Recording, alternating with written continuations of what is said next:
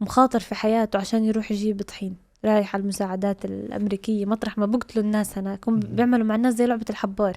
أنا بكره الطحين والله العظيم. أنا من فترة كان عندي طحين طلعته من الدار ما بدي إياه.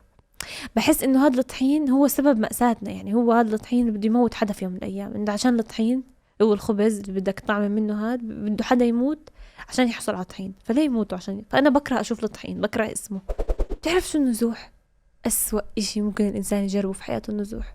أنت بدك تنقل دارك في شنطة، بتصير أنت كشخص عايش مثلا 30 سنة في هذا البيت ولا 20 سنة، بدك تطلع أهم الأشياء عندك. أنا ديك المرة صاحي من النوم بحلم عشان عقل اللاواعي عندك بفكر ب24 ساعة باستمرار كيف إنه أنت بدك تساعد هذول الناس. بحلم إنه بيني وبين أمي حيطة وأنا برمي لها أكل، فإنه صحيت إنه فطلعت لقيت حالي إنه شو ولا إشي. يعني فكرة شوف أبسط الأشياء اللي إحنا بنعتبرها إشي عادي في حياتنا هو نعمة عندهم، نعمة عند الكل. الحمام نفسها، أنا بعرف كيف في الخيام بكون حمام مثلا ل500 حدا على الدور بصفوا عشان يدخلوا على الحمام. واحدة بتحكي أنا ما برضى أشرب وآكل عشان بخجل كيف أدخل على الحمام. متخيل لحد وين؟ والحمام شو عبارة عن قماش، يعني إذا أجا هوا طيار لك القماش أنت تتعرى بالضبط.